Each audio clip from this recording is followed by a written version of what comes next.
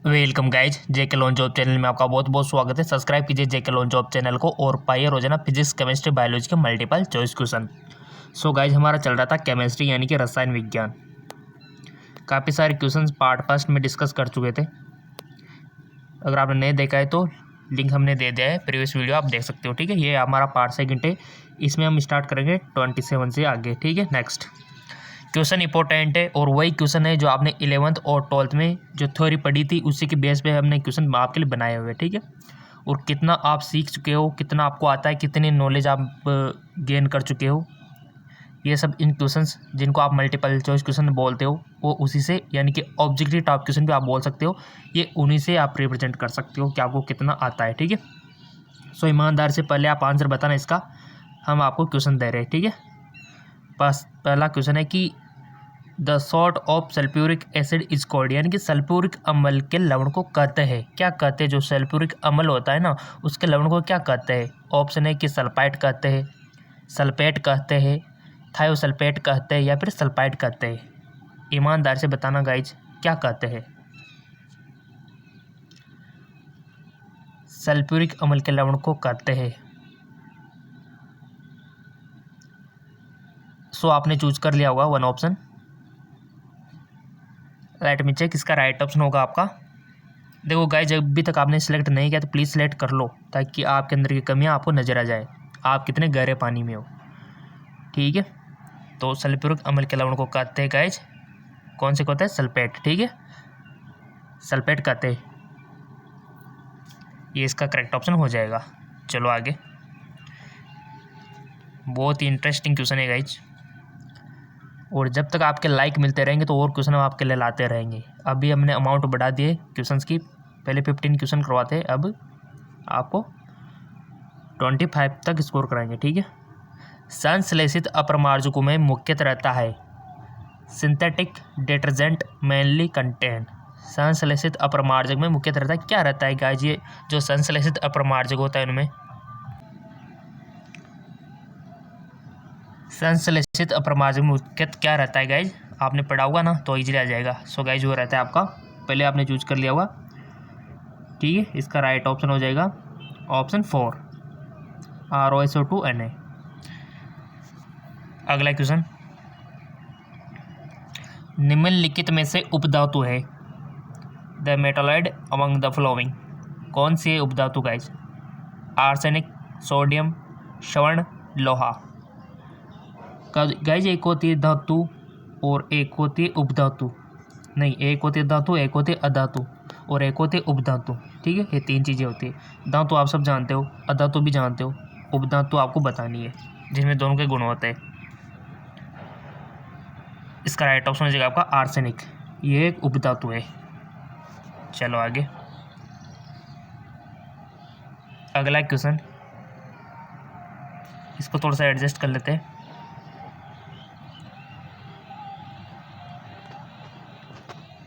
किस प्रकार के यौगिकों का उच्च गलनांक और खपतनांक होता है?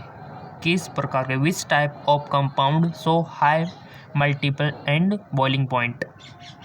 ऑप्शन आपके सामने हाजिर है यहाँ पर, वैद्युत संयोजक यौगिक, सहसंयोजक यौगिक, उपसहसंयोजक यौगिक, इनमें से कोई नहीं। किस प्रकार के यौगिकों का उच्च गलनांक और खपतनांक होता है? एक toilet compound, covalent compound, coordination compound, none of these. So guys, इसका राइट ऑप्शन हो जाएगा विद्युत संयोजक यौगिक। ठीक है, इसका राइट ऑप्शन हो जाएगा। अगला क्वेश्चन है कि बेंजीन और टोलुइन का मिश्रण बनाता है, बताइए। The mixture of benzene and toluene make, benzene और टोलुइन का मिश्रण बनाता है एक आदर्श विलयन, अनादर्श विलयन या फिर निलंबन या फिर पाइसन, क्या बनाता है? बेंजीन और टोलुइन का मिश्रण। अब आप में से बहुत सारे स्टूडेंट कमेंट करते हैं सर सॉल्यूशन करवाया करो। अब ये तो 12th में आपने पढ़ा होगा ना, इसमें ये तो याद रखने वाली बात है कि बेंजीन और टोलुइन का मिश्रण क्या बनाता है। इसमें कौन से, अगर आपने पढ़ा होगा तभी ये क्वेश्चन आएगा आपको, नहीं इसमें कोई एक्सप्लेन करने वाली बात है। ठीक है, थ्योरी तो देखो आपको पढ़नी पड़ेगी, जितनी ज़्यादा आप थ्योरी पढ़ोगे उतनी ज़्यादा आपकी प्रैक्टिस होती रहेगी और उतनी ज़्यादा आप एमसीक्यू कर पाओगे। हाँ, न्यूमेरिकल में थोड़ा दिमाग लगाना पड़ सकता है, और उसमें समझने वाली बात होती है, बट ये थ्योरी तो आपको खुद को पढ़नी होगी। आप इनको घर पे बैठ कर पढ़ सकते हो, और जो समझ में नहीं आए वो कमेंट करके पूछ सकते हो। बेंजीन और टोल्यूइन का मिश्रण बनाता है। सो गाइज राइट ऑप्शन हो जाएगा आपका एक आदर्श विलयन। ठीक है, एक आदर्श विलयन। अगला क्वेश्चन, जलीय विलयन में से कार्बनिक पदार्थों को पृथक, थोड़ा सा एडजस्ट कर लेते हैं। जलीय विलयन में से कार्बनिक पदार्थों को पृथक किया जाता है आसवन द्वारा, विलायक निष्कर्षण द्वारा, भाप आसवन द्वारा, ऊध्रुपातन द्वारा। जलीय विलयन में से कार्बनिक पदार्थों को पृथक किया जाता है, कौन सी मेथड यानी कि कौन सी विधि के द्वारा पृथक किया जाता है जलीय विलयन में से कार्बनिक पदार्थों को? बताओ गाइस, पृथक करना आपने पढ़ा होगा ना, बचपन से पढ़ते आ रहे हो पृथक्करण। तो सो गाइज इसका राइट ऑप्शन हो जाएगा आपका विलायक निष्कर्षण द्वारा। ठीक है, विलायक निष्कर्षण यानी कि सॉल्वेंट एक्सट्रैक्शन, इसका राइट ऑप्शन हो जाएगा। अगला क्वेश्चन है कि आपको यहाँ पर बताना है कि गिब्स हेल्महोल्ट्ज़ समीकरण है। What is Gibbs Helmholtz equation? Delta G is equal to T delta H minus H, या फिर delta G is equal to delta H minus T delta H, या फिर delta G is equal to E plus T delta H, delta G is equal to delta H plus T delta H. Gibbs Helmholtz समीकरण। Question सारे important है और यहीं से question आपके बनते हैं डायरेक्टली। 11th और 12th से ही क्वेश्चन बनते हैं। इंट्रांस एग्जाम, आप कोई भी इंट्रांस एग्जाम दो आप साइंस का 12th के बाद, क्वेश्चन यही होता है आपका। नीट हो, नर्सिंग हो, पैरामेडिकल हो, फार्मेसी हो, एग्रीकल्चर हो, क्वेश्चन फिजिक्स केमिस्ट्री बायोलॉजी से ही बनते हैं अगर आप इंट्रांस एग्जाम देते हो तो। और इंट्रांस एग्जाम के लिए ये जो क्वेश्चन है राम बनाना है। ठीक है, सो गाइज आपने चूज कर लिया होगा इसका राइट ऑप्शन क्या होगा। इसका राइट ऑप्शन हो जाएगा आपका delta G equal to delta H T delta H. ठीक है, करेक्ट आंसर आप देख सकते हो। बहुत अच्छा क्वेश्चन है। इसका राइट ऑप्शन सेकंड। ठीक है, बढ़ते आगे की ओर। माइनस प्लस का आप थोड़ा ध्यान रखना इसमें। निम्नलिखित में से कौन सी कार्य की इकाई है? इकाइयाँ तो हमने आपसे बोल ही रखा है कि फिजिक्स और केमिस्ट्री की जितनी भी इकाइयाँ हैं, जितनी भी यूनिट है, सबको एक पेज पे लिख लो ताकि एग्जाम के टाइम पे सारी को आप देख के चले जाओ। Which of the following are the unit of work? निम्नलिखित में से कौन सी कार्य की इकाई है? कार्य की इकाई आपको बतानी है। ठीक है, वर्क की। सिंपल भी अगर आपने देखा होगा, कहीं पर आपने सवाल भी किए होंगे तो अवश्य लिखा होगा यूनिट आपने। तो राइट ऑप्शन हो जाएगा आपका KG metre square second square. ठीक है, और यहाँ पर आप देख सकते हो न्यूटन मीटर दोनों। ठीक है, ये इसके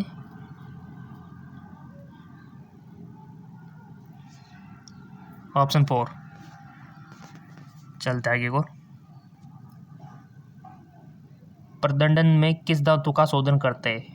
विच metal is purify by poling? ठीक है, जिंक, पेरस, कॉपर, अर्जिडियम सब क्या यहाँ पर दिया हुआ है। किस धातु का शोधन करते हैं? देखो, धातु का शोधन ऐसे का आपको याद रखना है। आपका जो चैप्टर है ना रसायन विज्ञान में, धातुओं का शोधन, वहाँ से काफ़ी सारे क्वेश्चन बनते हैं। कौन सी विधि के द्वारा किसका शोधन किया जाता है, क्योंकि विधियों के भी नाम है। सो यहाँ पर आपसे पूछा गया है which metal is purify by poling, तो राइट ऑप्शन हो जाएगा आपका कॉपर। ठीक है, कॉपर इसका राइट ऑप्शन हो जाएगा। बढ़ते आगे को। अगला क्वेश्चन है, यदि प्रक्रिया स्थिर ताप और दाब पर कराई जाए तो a process is taking place constant temperature and pressure, then क्या होगा? डेल्टा एच का मान आपको यहाँ पर सही बताना है गाइस। क्या होगा डेल्टा एच? डेल्टा ई होगा, टी डेल्टा एस होगा, ज़ीरो होगा, डेल्टा एस जीरो होगा। बताइए क्या होगा यदि प्रक्रिया स्थिर ताप और दाब पर कराई जाए तो? ईमानदार से बताना, बहुत अच्छा क्वेश्चन है। और अब तक तो आपने कवर कर लिया होगी, 11th 12th सब पढ़ चुके हुए, एग्ज़ाम हो चुके हैं, तो नॉलेज काफ़ी हो गया होगी आपको इसके बारे में। तभी तो ये क्वेश्चन हम आपके लिए दे रहे हैं। प्रैक्टिस के साथ साथ आपको कुछ सीखने को मिल रहा है। आप खुद का टेस्ट भी यहाँ से कर सकते हो कि कितने क्वेश्चन आपके सही जाते हैं, कितने क्वेश्चन गलत जाते हैं। सोच लिया होगा आपने one question. Let me check, इसका राइट ऑप्शन होगा delta H equal to T delta H. ठीक है, ऑप्शन 2 करेक्ट हो जाएगा। निम्नलिखित में से कौन से समूह में केवल इलेक्ट्रॉन स्नेही की है? Which of the following group contain only electrophiles? देखो, आप में से बहुत सारे स्टूडेंट कमेंट करते सर इसको पूरा समझाया करो, एक्सप्लेन किया करो। अगर गाइज इसको समझाए तो देखो वीडियो आधा 1 घंटे तक भी जा सकता है। अगर आप तैयार हो आधा 1 घंटे तक का वीडियो देखने के लिए तो हम समझा देंगे, कोई दिक्कत वाली बात नहीं है, क्योंकि समझाने में टाइम लगता है काफ़ी सारा। तो समझा देंगे, ऐसी कोई बात नहीं है। बट वीडियो फिर आप मत कहना कि 45 मिनट का हो गया है, 60 मिनट का हो गया है, ठीक है, क्योंकि इतना ही लंबा जाएगा अगर इसको समझाएंगे तो, क्योंकि क्वेश्चन ज़्यादा ले रहे हैं ना अपन, इसलिए। तो कमेंट कर देना, बना देंगे, कोई दिक्कत वाली बात नहीं है कि हम एक्सप्लेन के साथ समझना चाहते हैं या फिर ऐसे ही सही है, या फिर जैसे हम समझ रहे हैं अभी क्वेश्चन कर रहे हैं अपन, या फिर ऐसे होना चाहिए, आप बता सकते हो, ठीक है। निम्नलिखित में से कौन से समूह में केवल इलेक्ट्रॉन स्नेही की है? 4 ऑप्शन आपके सामने है, चूज करो। अभी भी और भी क्वेश्चन हमको करने हैं।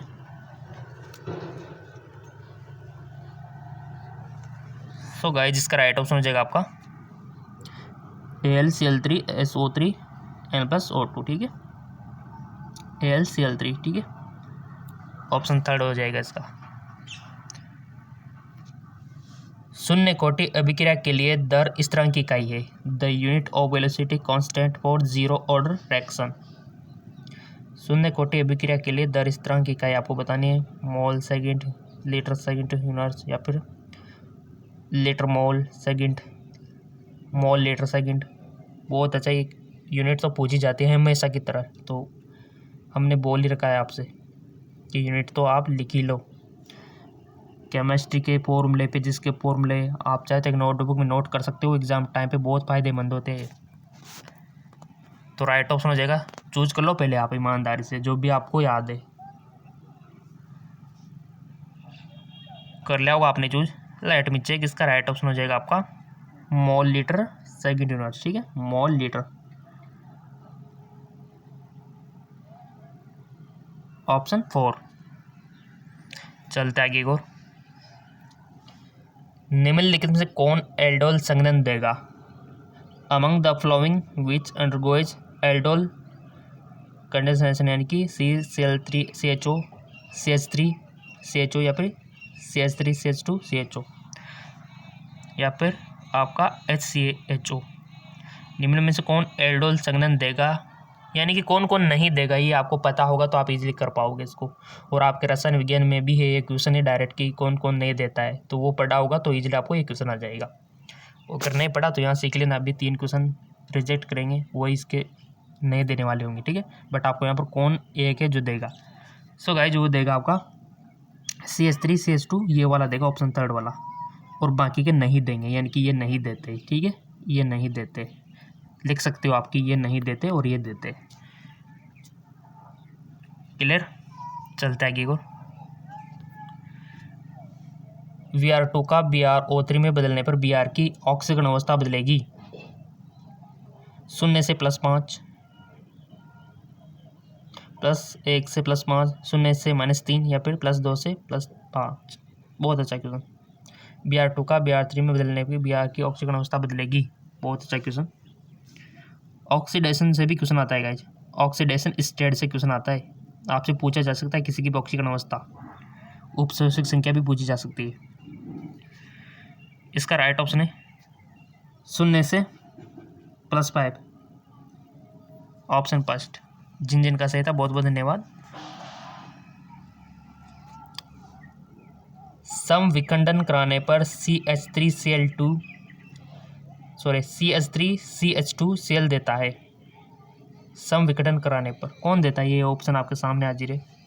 CH3 CH+, या फिर CH3C-H2 and Cl, CH3 CH2+, Cl-, या फिर CH CH2Cl। तो राइट ऑप्शन हो जाएगा आपका इसका CH3 CH2Cl, ठीक है, CH3 CH2 एंड Cl। रसायन विज्ञान बहुत अच्छी है गाइस, ज़्यादा डिफिकल्ट नहीं है, ज़्यादा हार्ड नहीं है, अगर पढ़ते हो तो सब आसान हो जाता है। निम्नलिखित में से कौन सा अवस्था फलन नहीं है? Which of the following is not a state function. अवस्था फलन नहीं है, यानी कि आपको पता होना चाहिए कि कौन कौन सा अवस्था फलन है। ΔG, ΔI, W, ΔH। और हमने तो बोल भी रखा है आपसे कि अगर ये भी क्वेश्चन कम लग रहे हो तो एक और चैनल है GK MCQ MK channel Hindi medium, ठीक है, लिंक नीचे दे रखा है इसका भी। यहाँ से भी आप फिजिक्स केमिस्ट्री बायोलॉजी के डेली क्वेश्चन प्राप्त कर सकते हो नॉन स्टॉप। निम्नलिखित में से कौन सा अवस्था फलन है आपने नहीं है, कौन सा अवस्था फलन नहीं है ये चूज कर लिया होगा और हम इसको अब चेक करने जा रहे हैं। सोच लो पहले जो भी आपको सोचना है ऑप्शन चारों में से, क्योंकि आपको ताकि आपको अपनी गलती का एहसास हो, आप कितने गहरे पानी में हो ये भी आप जान लो तो बेटर रहेगा एंट्रेंस एग्जाम से पहले। सो इसका राइट ऑप्शन हो जाएगा डेल्टा, इसका W, ठीक है। ये अवस्था फलन नहीं है, बाकी ये डेल्टा G, डेल्टा E और डेल्टा, ये डेल्टा वाले सारे क्या है अवस्था फलन है, जबकि ये नहीं है। चलो, किसी भी टॉपिक पर कुछ भी MCQ चाहिए तो बता दिया और कमेंट करके, आप अपना चैनल है, ठीक है। Alcohol plus benzene plus petrol के मिश्रण को करते हैं, बहुत अच्छा question. The mixture of alcohol benzene and petrol, विकृतिकृत एल्कोहल, सक्रिय एल्कोहल, परिशुद्ध एल्कोहल, ठोस alcohol. So guys right option हो जाएगा आपका सक्रिय एल्कोहल, ठीक है, सक्रिय एल्कोहल।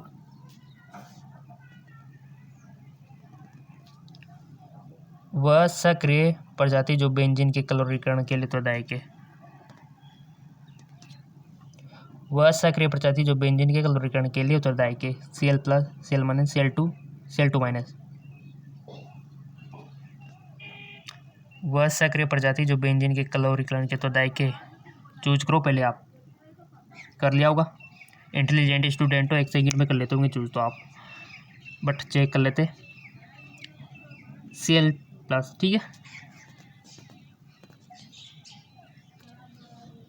द्रव्यमान की SI इकाई है, SI unit of mass, kilometre, kilogram, milligram, ग्राम।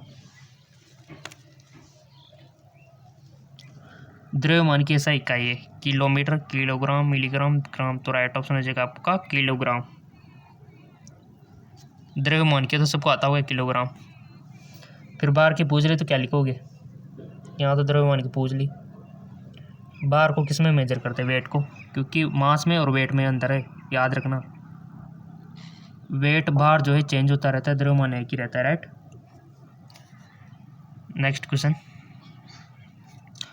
पूर्ण दहन होने पर इत्र देता है, कंप्लीट कंबशन इत्र गिव। इत्र क्या देता है पूर्ण दहन होने पर, C2H5OH, CO2 एंड H2O, या फिर C2H5 या फिर C2H4। पूर्ण दहन होने पर इत्र क्या देता है, इत्र सेंट जो होते हैं क्या देता है, और जलता है इत्र, आपको पता है क्योंकि उसमें अल्कोहल आता है, ठीक है। तो पूर्ण दहन होने पर ये देता है गाइज आपका CO2 और H2O, ठीक है, ये देगा। और फेसबुक इंस्टाग्राम पर आपने फॉलो नहीं किया है अभी तक तो कर लीजिए, ताकि वहाँ पर फिजिक्स के नोट्स और केमिस्ट्री के नोट्स हम आपको दे पाए, ठीक है। जैसे हमको टाइम मिलता है हम वहाँ पर पोस्ट कर देंगे लिंक। 13.5 ग्राम में SO2 Cl2 के मोलों की संख्या है 0.1, 0.2, 0.3, 0.4। 13.5 ग्राम में SO2 और Cl2 की मोलों की संख्या बताओ। निकालने आती होगी तो आप लोग पेज पे निकाल के इजीली बता सकते हो। सोच लिया होगा, लेट में चेक। इसका राइट ऑप्शन हो जाएगा 0.1।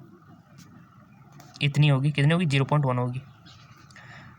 अगला क्वेश्चन है, मोलल विलयन में विलेय पदार्थ का 1 मोल गुलाह रहता है 1000 ग्राम विलायक में, 1 लीटर विलयन में, 1 विलायक में, या फिर 22.4 लीटर विलयन में। तो राइट ऑप्शन हो जाएगा आपका 1000 ग्राम विलायक में, ठीक है।